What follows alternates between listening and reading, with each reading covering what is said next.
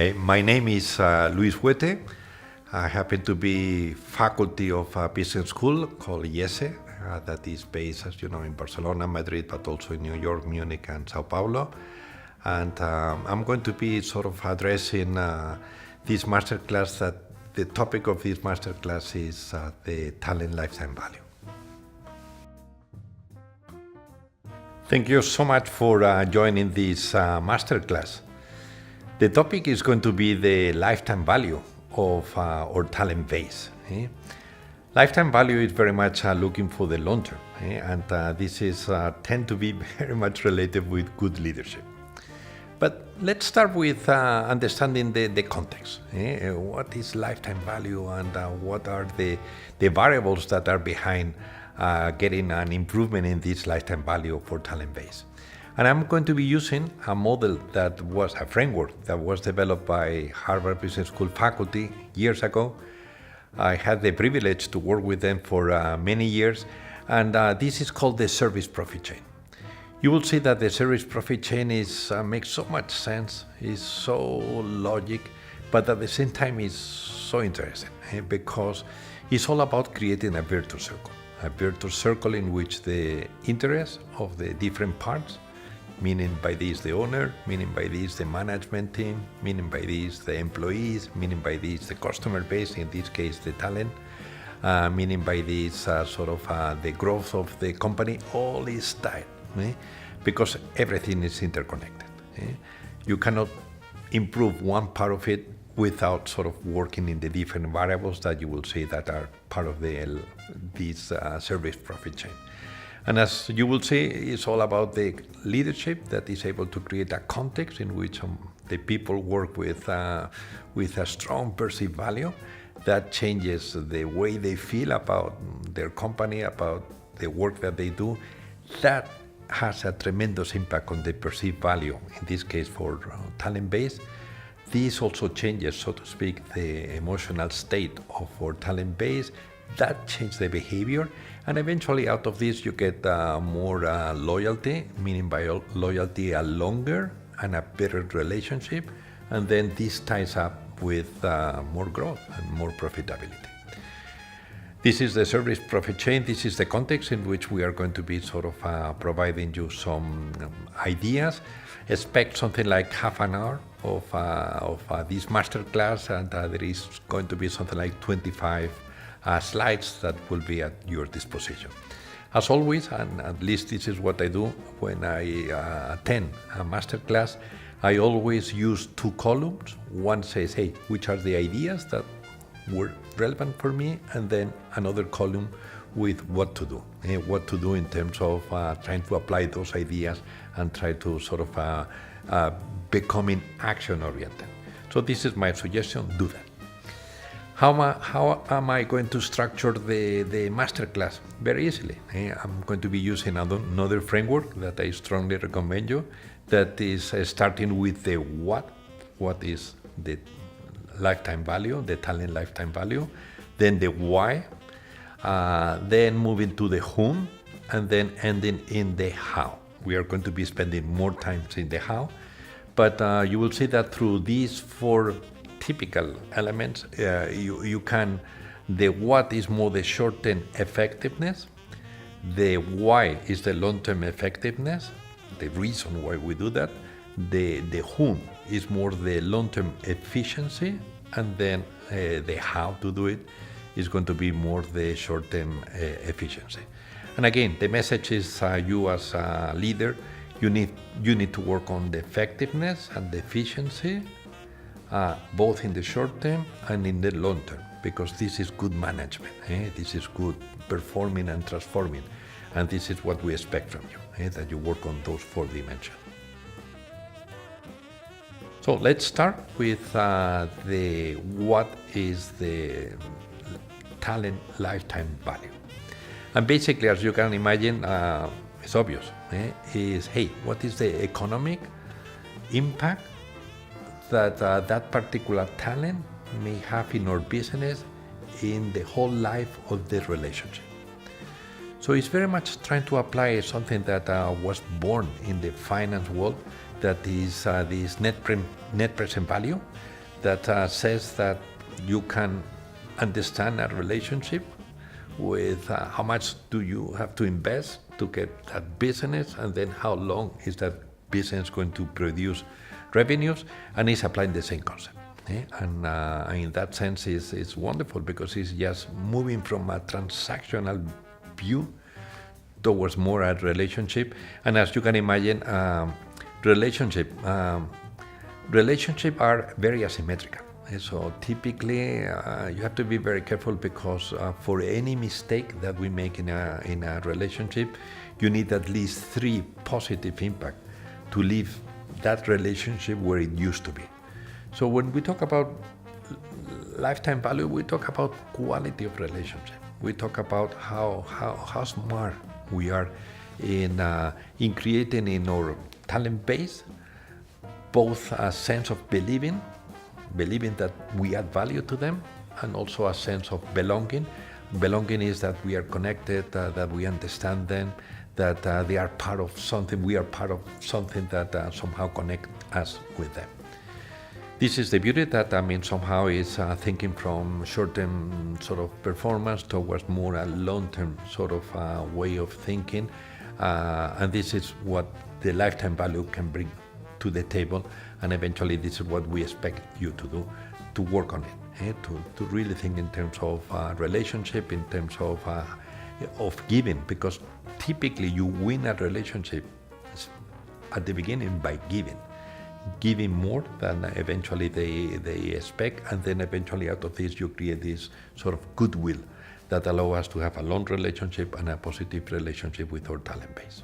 So let's move to what we call the elements of the talent lifetime value. And as I said before, we are going to be using this financial approach that is similar to the net present value that probably you are aware of it. So basically we are going to distinguish 3 elements. One is what is the talent acquisition cost. Yeah, because just bringing a new talent in takes some marketing efforts, takes some sales effort, and we have to come up with a sort of a figure. How much does it cost to get sort of a new talent in? Because that's part of the sort of investment that we do in terms of creating this relationship. Then second element is very important, and is probably the most critical one, is the duration. How long are we going to be able to get that relationship in terms of from day one till the day that he or she decided to leave us? This is sort of the years in which we are going to be having revenue from that particular talent. And then the third element is the revenue, the return per year, so to speak, is sort of the revenue that we can get from that particular talent. And let's get a holistic view. It's not just let's think in terms of repeated sales. Let's add into this whatever is cross-selling. Let's get into this whatever price sensitivity that we may change. So the happier he or she may be with us, the more willing, the higher the willingness to pay, and that can be part of the equation. Then eventually also is the quality of the feedback that he or she may give us. Again, difficult to monetize or difficult to know how much is this in terms of money, but holistically we have to think that part of the return is also the quality of the feedback that he provides to us. Then typically also we have identified that the more loyal a talent ends up becoming, eventually the less operating costs, because he or she is more aware of the system, the process, there is a better understanding, and that is part of the equation of the lifetime value of that talent base. And then eventually also one of the most important part of this lifetime value is the referrals. And again, difficult to measure in terms of money, but very impactful from the point of view of the economic impact that these talent may have in our business during their stay with us. So referrals is recommendation, as you know. Referrals is him or her bringing in new talent. This is part of the lifetime value. So my suggestion is the following: is identify those elements that tend to be related with what we call loyalty. Identify which are the ones that are more important for us, and try to make it viable. Try to make it possible so that there is indirectly we invite our talent base to stay longer and to have a sort of a better relationship according to these 5 or 6 variables that happen to be related with the return. Then one quick, so to speak, trick, so to speak, is how long does a talent stay with us? Well, depends. But basically you may have an approximation by what we call the desertion rate or the exit rate. So it's basically, imagine if we happen to have in our portfolio 100 talent, if 15 of them decided not to stay with us the next period, we have what is called a desertion rate of 15%, so 15 out of 100. And then 1 divided by this 0.15, that exit rate, is equal to the expected years that he or she is going to stay with us. In this particular case, 1 divided by 0.15 is a little bit 6 years and something. So here's also a mandate. If you lower the exit rate, average stay will increase. And this has a very interesting, so to speak, impact, because then there will be longer the relationship, and then if we have positive returns, then the impact on the net present value, on the impact on the lifetime value increases tremendously. Another idea that I want to emphasize is called the customer equity. And we can translate that into what is the talent equity. And talent equity, who, by the way, some financial institutions are starting to look at it when doing valuation and the like, is the multiplication of 2 very easy things. It's number of customers that you have multiplied by their lifetime value. In our particular case, number of talent that we have multiplied by the talent lifetime value. And this is the talent equity. And basically, this is the expected capability to create revenues according to the customer base that we have. So basically, the talent equity will increase with more talent around, and also with a bigger sort of talent lifetime value. So work on both, and the idea is that a company that is able to bring more people in and make them stay longer and developing with them a better relationship, then you get potentially an exponential growth. It's great for all of us. We've been covering a little bit the what, and so let's move to the why. Why is we need a compelling why. Typically, as a human beings, if we want to do an exceptional sort of effort. And I think that it's very important not only to talk about the what and the how, but also very much about the why. And let me emphasize that the why is, there are at least 3 reasons why this talent lifetime value is one of those mechanisms or one of those tools that I strongly recommend that we use in our business. And the idea, 3 ideas. One is the following: is one great way to escalate the business, because this is one great way through which we can grow organically, and typically organic growth is more profitable than just the growth that is by acquisition. So that's one way through which we can escalate the business. Second, and for me this is more important, is because it's a sign of a healthy company. So let me explain this a little bit. Companies happen to be living systems. They were born one day, they've been growing eventually, they will mature, at some point they will go through an aging process, and at some point they will die. So it's basically, this is not genetic, because for humans it's genetic. For companies, it's very much about the quality of the management and the quality of the leadership. So basically, there are companies that live for 200 years, 300 years. There are companies that will die, so to speak, 5 years later. So it's not genetic. It's more the quality of the management. And typically, what we see is the following: if you get a company, if you get a living system in which the relationship with the customer base, with the talent base, works well, this is a very good indication that this living system is healthy. As you know, by system theory, a system works well when the parts that happen to be part of this system happen to be good, but also is very much related with the quality of the relationship.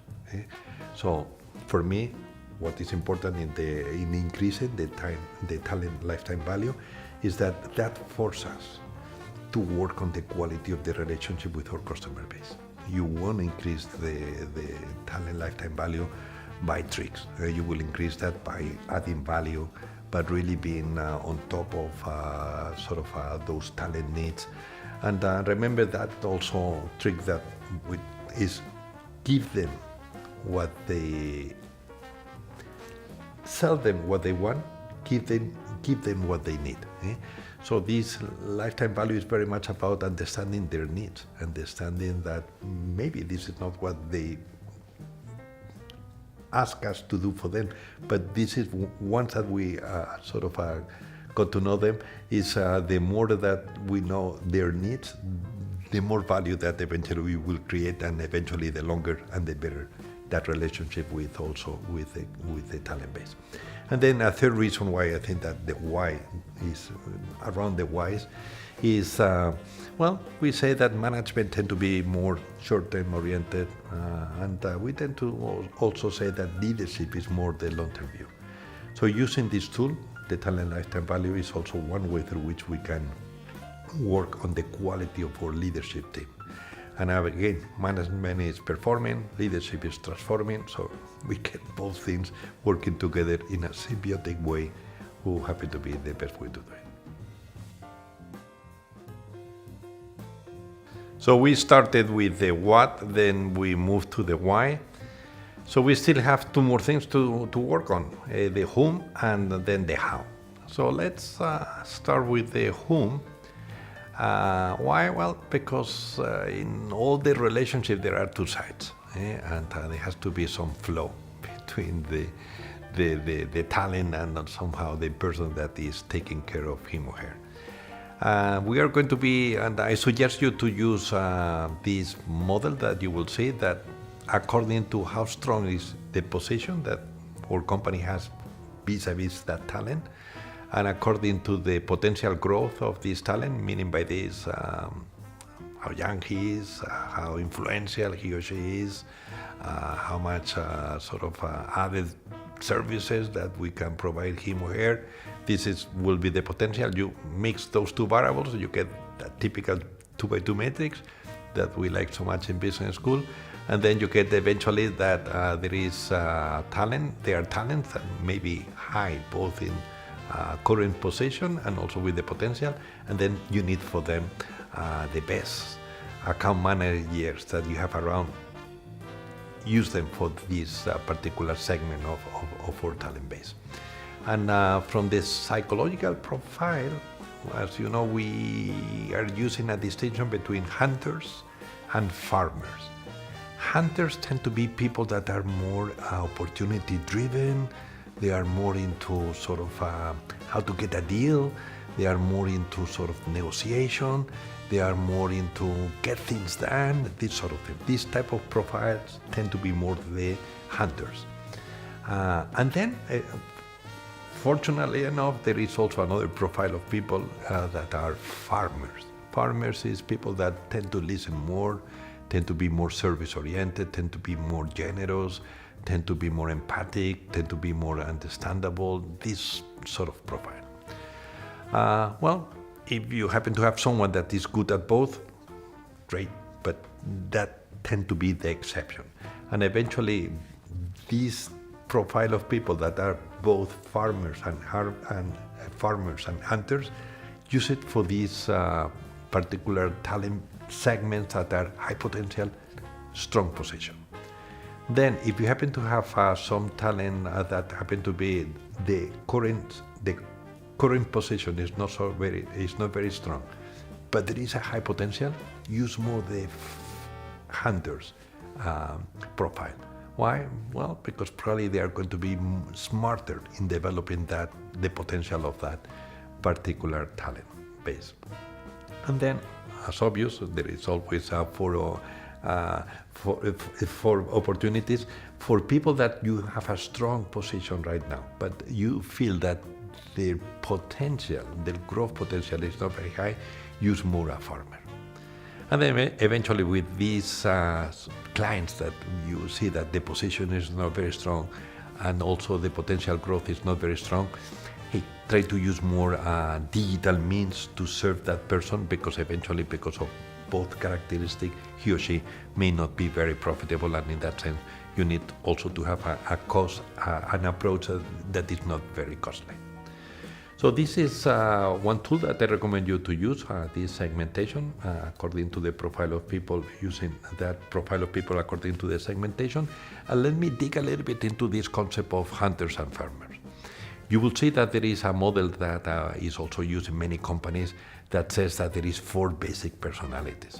There is people that are more red, we call it, people with a strong determination to execute, people that tend to be more rational, people that tend to be more extrovert, and in that sense, people that are more pushy. Well, this is the typical profile of a hunter. There is also a profile that we call it more yellow, that are people that are also very extrovert, a little bit more emotional. In that sense, they are more into the long-term sort of developing relationship, but still, they have very much the profile of a hunter. So typically, those 2 colors tend to be associated with someone with good capabilities to hunt. To hunt means to capture all the growth opportunities that they identify in the talent base. Then there are another 2 profiles that are more related with farming. That is the blue. Blue is a strong rigorousness to administrate, and there is a mechanical side in the relationship with the talent, meaning by mechanical processes, procedures, contracts, services that need to be well organized and need to be well administered. And then there is also this profile that we call the green. Green makes a great farmer because green is a strong sensitivity to understand the human dimension, the organic dimension of the relationship. And typically, if you want to create a sort of long-term relationship, you need a good green. You need sort of people with this green profile that eventually tend to be very strong farmers. And there are also some hunters that also are relatively good in that green side. That is all about a relationship, is about collaboration, is about sort of creating a sense of belonging, is all about understanding each other, these sort of things. There are people with strong capabilities for that, and eventually we need this profile also for both, for customers in which we have a strong position right now, either with a high potential or with not such a high potential. So we are almost there. We started with the what, then we moved to the why, then to the whom, and finally with the how. And with the how, let's start with some tips. Tips that tend to be sort of a good marketing and good sales together. And 3 tips that I want to emphasize. One is, hey, develop a total clarity and focus on what is the ideal talent. Here is one of the paradoxes in life, is that the more clarity that you have on the type of people that you want to work with, and the more clarity on the type of talent that you don't want to work with, probably the better business that you will develop. Because it's not easy to develop a strong talent lifetime value if there is not that clarity, and if there is not this sort of specialization approach to a particular type of talent. Well, that's one tip. In case you can do it, I will strongly recommend it. Then make sure that you create what we call an irresistible offer. Meaning by this that we put together sort of a package of ideas and services that are very compelling, and please keep thinking that selling is serving. So for us, just to get a new talent on board is not a sale. It's a new opportunity to serve, a new opportunity to provide services, and that also provides this sense of purpose to what we are doing. And then the third tip is over delivery. So it's do more than you promise, because typically that positive impact, these doing things that they don't expect, these create what is called a good memory, and eventually part of this goodwill that is behind the lifetime value, the talent lifetime value is very much based on creating a goodwill. And basically, if I had to add another tip, is make them feel understood. Don't put so much emphasis on that they understand you, they understand our services, they understand our companies. Put a lot of emphasis in making the talent that you work with feel understood, because then the connection is going to be stronger, and then that's going to help us tremendously in increase the talent lifetime value and the number of people that we are going to be sort of serving. Another tool that I recommend you to use is this one that distinguishes between three variables. One is the price that we charge to our talent base. Second is the cost, and again, we need some analytical accounting as to know how much does it cost us to serve that particular talent. But then the third variable, which is the most important one, is the willingness to pay. Willingness to pay is according to the experience that the talent do have with us, which is the price that they will feel comfortable. The ideal situation, and this has to do with the quality of the service that we provide, is that the willingness to pay is much higher than the price that we charge to them. And eventually the ideal situation is that the price is also quite a bit more higher than the cost. This is the ideal situation, because then you will have what is called the financial margin, that is, so to speak, the gap between the cost and the price. But then you have something that is very interesting that is called the mental margin. And mental margin is that gap between the price that you are charging and the willingness to pay. Typically, if we get this mental margin, then you get predisposition to continue working with us. I know that this is a simplification, but mental margin is very much related with the lifetime value. If we are able to develop a strong mental margin, then naturally people will stay longer, naturally people will recommend us, and then eventually that is going to have a very, very good impact on the talent lifetime value. So let's continue with the how. And we said before that you earn relationship by giving, by this attitude of service. But there is always going to be sort of some difficulties. Relationship, we've seen that with friends, we've seen that also with people from our family. At times there is misunderstanding. So part of the how has to do with conflicts, is how to deal with conflicts. And I suggest that you use this framework that allow us to understand what sort of conflict, because not all the conflicts are negative. And basically use this idea is how good is the relationship with the talent. Humanly speaking, professionally speaking, there might be good relationship or not so well developed.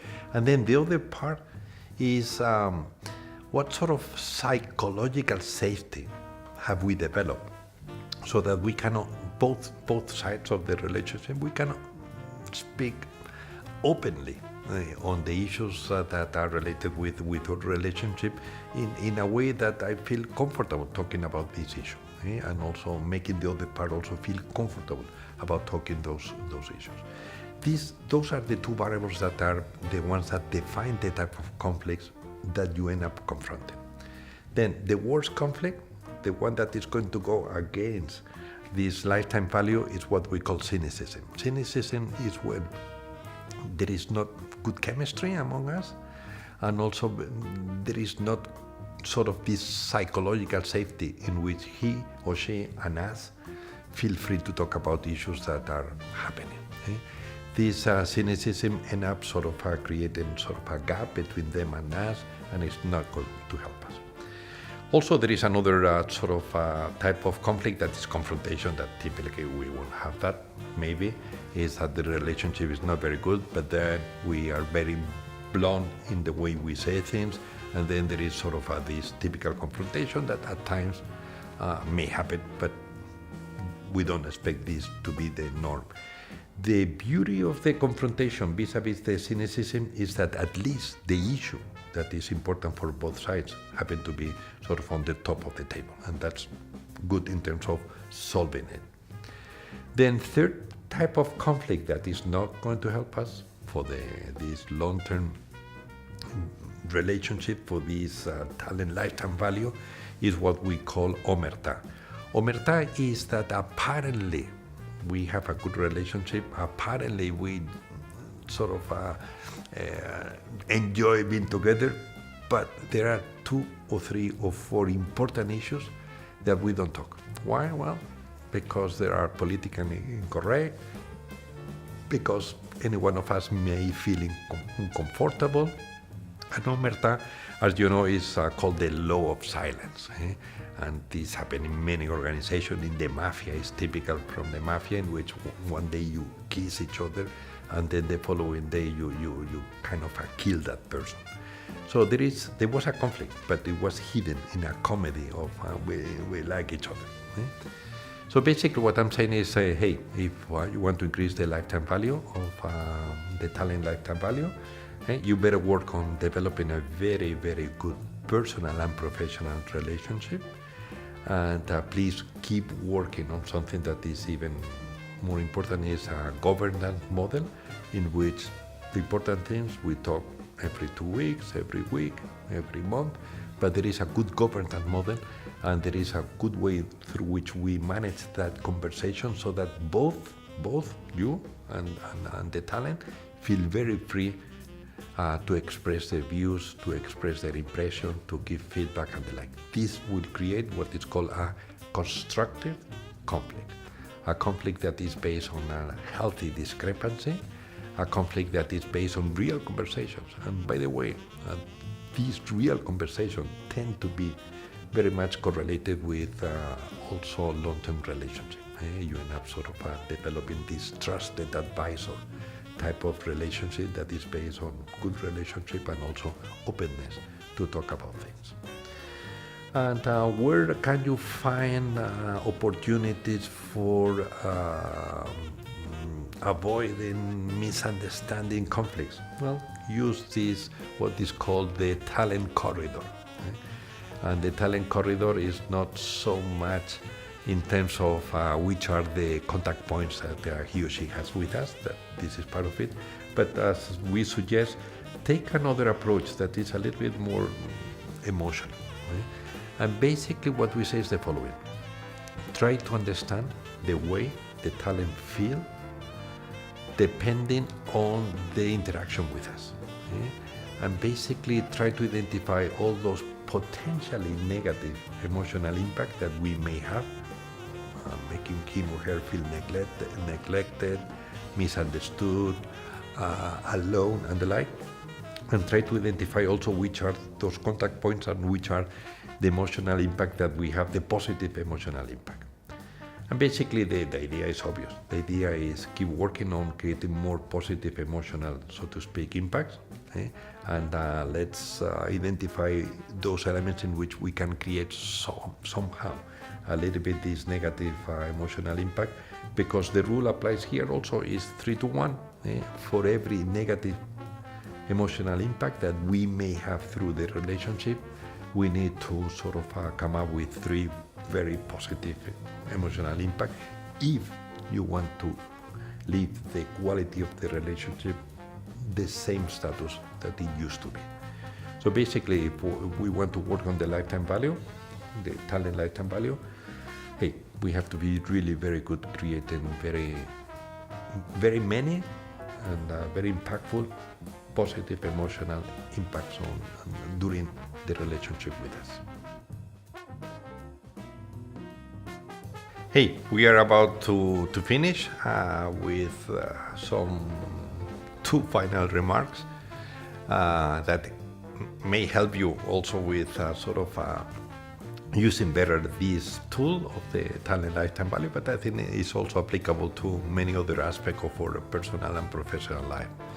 And basically says the following: the stronger your conviction on something, the stronger your belief that this is a tool that is useful, the more convinced that you are that, hey, that for you this makes sense and this is something that also emotionally says something to you, then typically this is point 1. Then what happens is that you raise the ceiling of what is possible. You sort of think that you can do more things on this. Because there is a strong conviction, then there is this, you see that there is, you foresee better the potential of whatever is related with that conviction. Then that will be number 2. Number 3 is that out of this, you will deploy more action. You will take more initiative. You will sort of try harder. And number 4 is because you try harder, you took more initiative, then you get more results. And then because you get more results, then that is also going to feed back positively to your conviction. So basically what I'm saying is that, hey, if you build a strong conviction around the usefulness and about the goodness of this particular tool, you're going to go through this sort of a beautiful virtuous circle in which then you will dream about how to use it with more ideas, then you will take more initiative, then you will get more results, and then that will also increase your conviction. So that's one of the tools that I want somehow also to remind you. And then another sort of a more inspirational say is that the best homage that you can provide to anyone is giving him or her full attention. And this happens also in personal life and in professional life. And this is what is behind the talent lifetime value, that at the end, the other side feels, thinks, experience that you give him or her full attention. Thank you so much.